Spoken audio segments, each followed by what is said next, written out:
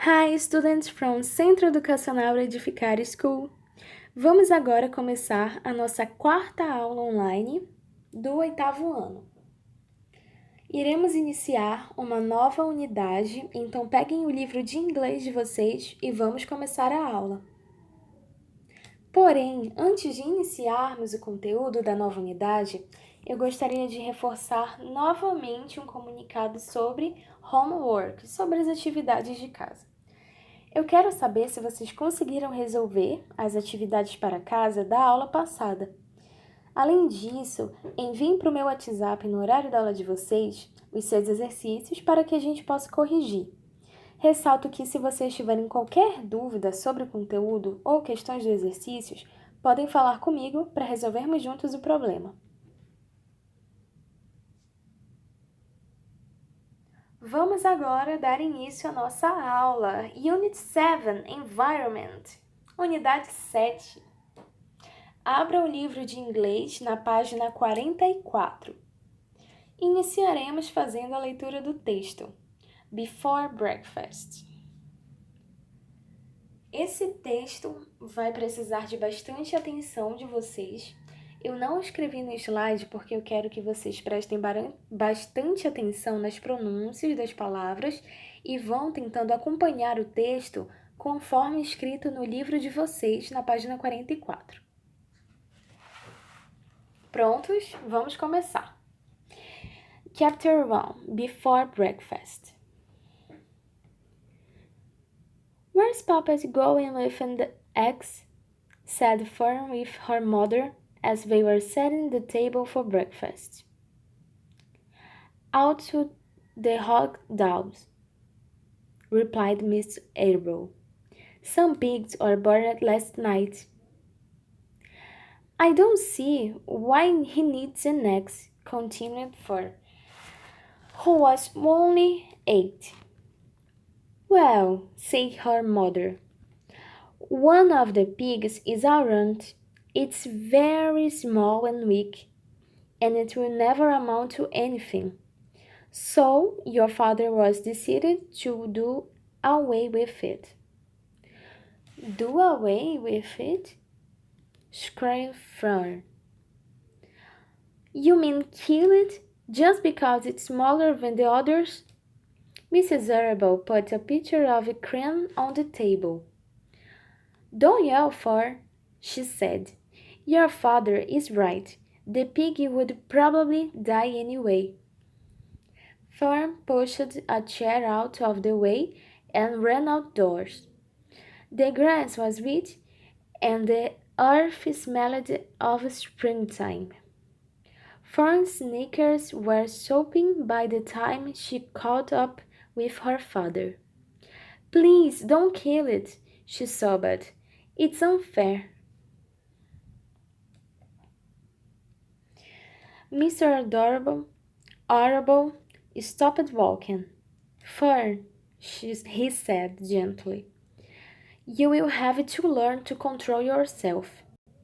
Control myself, yelled Fern. This is a matter of life and death, and you just talk about controlling myself.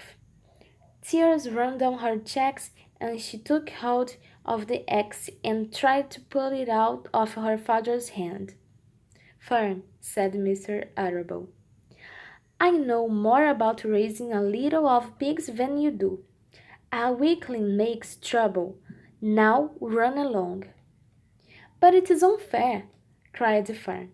The pig couldn't help being born so small, could it? If I have been very small at birth, would you have killed me?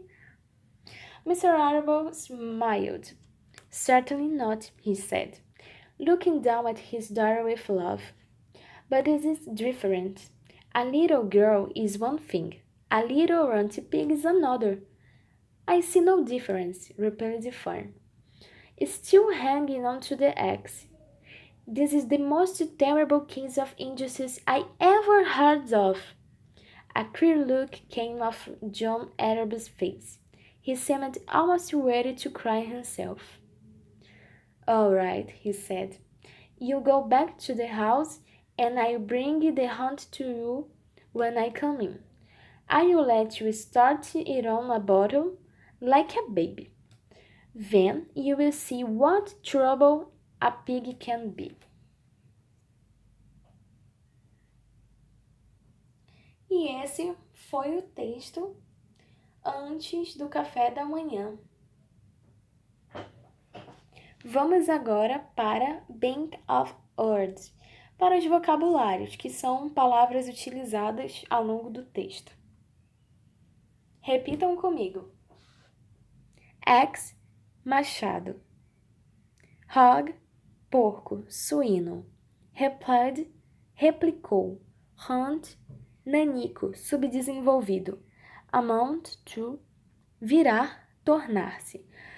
Shrieked, gritou com voz fina. Pitcher, jarra. Poncheira. Sneakers, sapatos, tênis. Soaping, encharcado. Caught up, alcançou. Unfair, injusto. Yelled, gritou. Raising, criar. Bicho, criança. Litter, ninhada. Weakling, fracote, raquítico. Run along, saia daqui. Trouble, problema. Cure, estranho, esquisito. Bottle, mamadeira. Sabendo da tradução dessas palavras, vamos agora fazer uma tradução completa do texto. Prestem bastante atenção.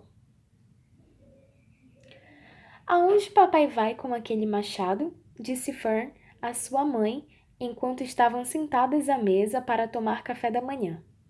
Para o chiqueiro, respondeu a senhora Arable. Nasceram porcos ontem à noite. Não vejo por que ele precisa de um machado, continuou Fern, que só tinha 8 anos. Bom, disse a mãe, um dos porcos nasceu nanico. É muito pequeno e fraco e nunca vai dar para nada. Então, seu pai decidiu se livrar dele. Se livrar dele? Gritou Fern. Quer dizer, matá-lo? Só porque ele é menor que os outros? A senhora Arable colocou a jarra de creme na mesa. Não grite, Fern, disse ela. Seu pai está certo. O porco provavelmente morreria de qualquer modo. Fern empurrou a cadeira do caminho e correu para fora. A grama estava molhada e a terra tinha cheiro de primavera. Os sapatos dela estavam encharcados quando ela alcançou o pai. Por favor, não o mate, ela soluçou. É injusto. O Sr. Arable parou de andar. Fern disse gentilmente. Você tem que aprender a se controlar. A me controlar? Gritou Fern. Isso é questão de vida ou morte e você diz para eu me controlar. As lágrimas rolavam pelas bochechas dela. Ela segurou o machado e tentou puxá-lo das mãos do pai. Fern, disse o Sr. Arable. Eu entendo mais de criar uma ninhada de porcos do que você. Um fracote dá trabalho. Agora, saia daqui. Mas não é justo, berrou Fern. Não é culpa do porco se ele nasceu pequeno, é? Se eu tivesse nascido bem pequena, você teria me matado? O Sr. Arable sorriu. Claro que não, disse ele, olhando para a filha com amor. Mas é diferente. Uma menininha é uma coisa. Um porquinho nanico é outra. Não vejo diferença, replicou Fern, ainda segurando o machado. Esse é o caso de injustiça mais horrível que eu já vi. Um olhar estranho surgiu no rosto do Sr. John Arable. Parecia que ele próprio estava prestes a chorar. Pois bem, disse ele, volte para casa que eu levo o nanico quando voltar. Vou deixar você colocar ele na mamadeira, como um bebê. Você vai ver o trabalho que um porco pode dar. E esse foi o texto e a tradução do texto em seguida.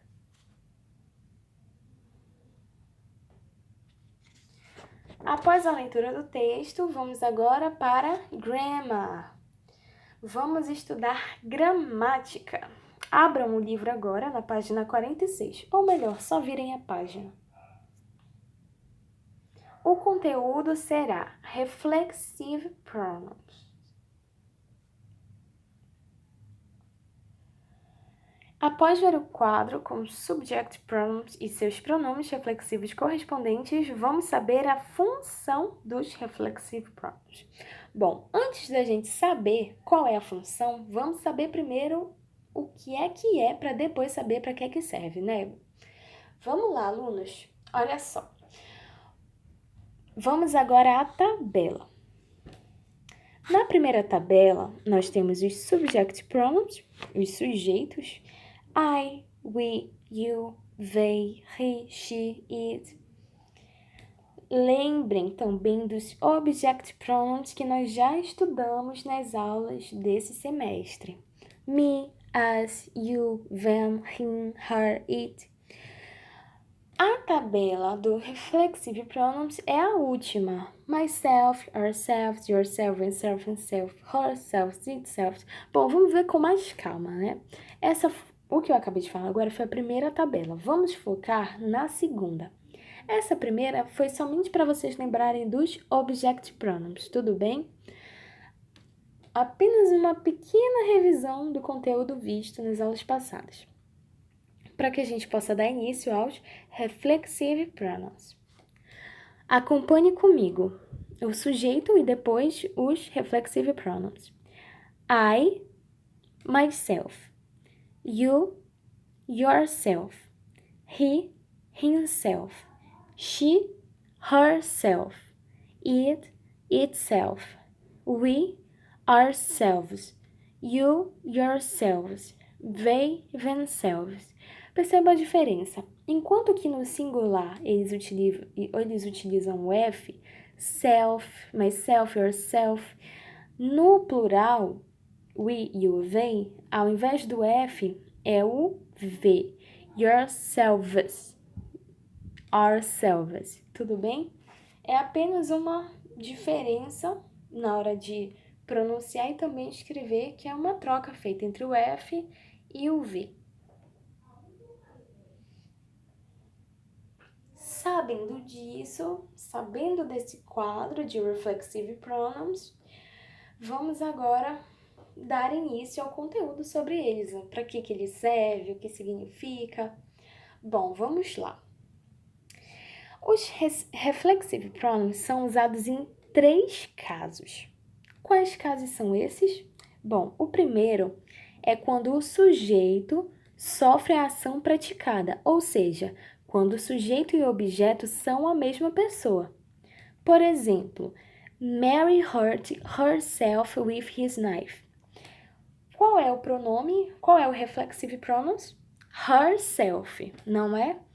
E o herself nessa frase é utilizada por quê? Porque a Mary sofreu uma ação por um objeto que pertencia a ela mesma.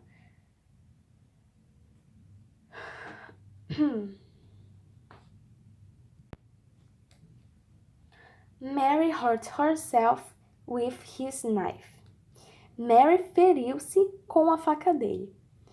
Quem se feriu foi a Mary, ela sofreu essa ação, e o objeto também estava com ela, porém não pertencia a ela. A tradução da frase, para resumir, significa Mary feriu-se com a faca dele.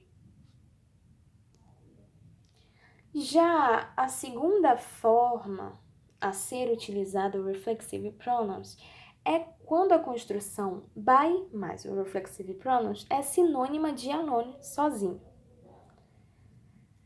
Para utilizar essa forma, é necessário que by esteja na frase. Quando by estiver na frase, na construção da frase, e logo depois do by um reflexive pronouns, que é sinônimo de alone, sozinho, o que quer dizer? Que a pessoa fez aquela ação sozinha. Por exemplo, Mary washed her car by herself. O reflexive pronoun nessa frase é o herself. E se enquadra nessa forma porque antes do reflexive pronoun tem o by. Mary washed her car by herself. Prestem bastante atenção no by herself. A tradução seria: Mary lavou seu carro sozinha. Enquanto que no caso passado, no exemplo passado do Mary hurt herself with his knife, o herself estava significando feriu-se. Nesse caso, significa sozinha, por conta da construção, por conta do by, que significa sozinha. By herself. A terceira forma é quando os pronomes reflexivos são usados como pronomes enfáticos para enfatizar o sujeito. Sendo assim, eles podem ser usados após o sujeito ou no final da oração. Por exemplo, Mary herself washed her car. Percebam, gente, vamos notar a diferença dessa frase para a frase passada. Enquanto que na frase passada, herself estava no final da frase e com by antes de herself, que é o reflexive pronouns, nesse caso significou sozinha. Mas nessa frase não tem o by e também o reflexive pronouns está sozinho no início da frase, o que ficaria a tradução. Mary sozinha lavou seu carro. O motivo da frase ser construída dessa forma é justamente para enfatizar que a Mary lavou o carro sozinha. É justamente para dar aquele ênfase na ação da Mary. Mary sozinha lavou seu carro. Entenderam? Bom, se não conseguiram entender até agora, calma que a gente vai explicar mais um pouco. Vamos agora para as funções dos pronomes reflexivos.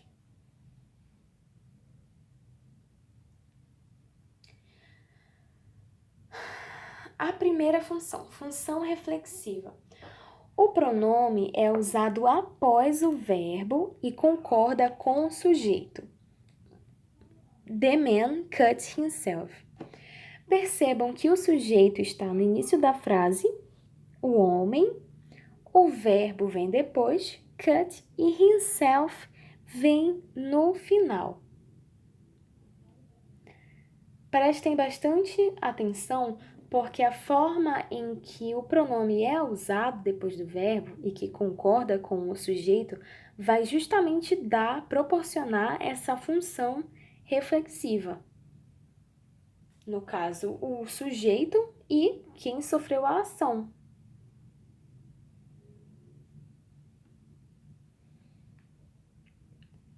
Só dando a tradução, nesse exemplo ficará: o homem cortou-se. Já a função enfática, o pronome reflexivo com esta função pode vir após o sujeito ou no final da frase, quando enfatiza o sujeito. The man himself painted the house.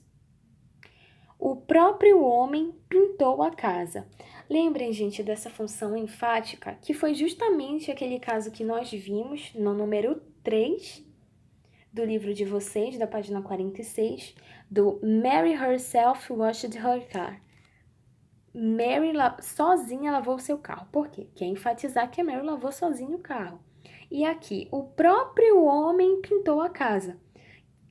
O objetivo, o uso, é justamente para enfatizar que o próprio homem pintou a casa, que é dar esse ênfase em cima da palavra. Então, coloca himself, coloca o reflexive pronouns após o sujeito quando quiser ter a função enfática.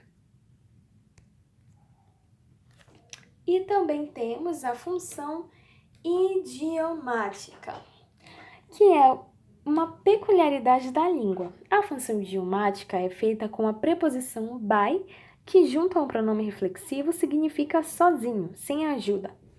Percebam, gente, por que é uma peculiaridade? Porque se for fazer uma tradução literal, by e o reflexive pronouns não se traduz literalmente para sozinho. Por quê? Sozinho significaria, no caso, alone. Mas, justamente por significar alone quando tem o by e o reflexive pronouns é que se torna uma peculiaridade. Toda vez que vocês quiserem falar que fizeram algo sozinhos, ou que ela fez algo sozinho, ele fez algo sozinho, nós fizemos algo sozinhos, nós vamos usar a palavra by e logo em seguida os reflexive pronouns. Toda vez que tiver o by e o reflexive pronouns, myself, yourself, himself, herself, enfim, toda vez que tiver o by e o reflexive pronouns, a palavra vai significar sozinho, sem ajuda. Para exercitar mais os reflexive pronouns, vamos agora para o homework. Vocês vão fazer da página 45 à página 46 questões referentes ao text comprehension e da página 47 a 48 questões referentes à grammar, a gramática. E é isso. Eu agradeço a vocês por terem assistido a aula de hoje. Qualquer dúvida, mandem mensagem para o meu WhatsApp. Quando tiverem finalizado o exercício para casa, o homework, enviem também. Tudo bem? E façam o exercício. Espero vocês na próxima aula. Bye, bye!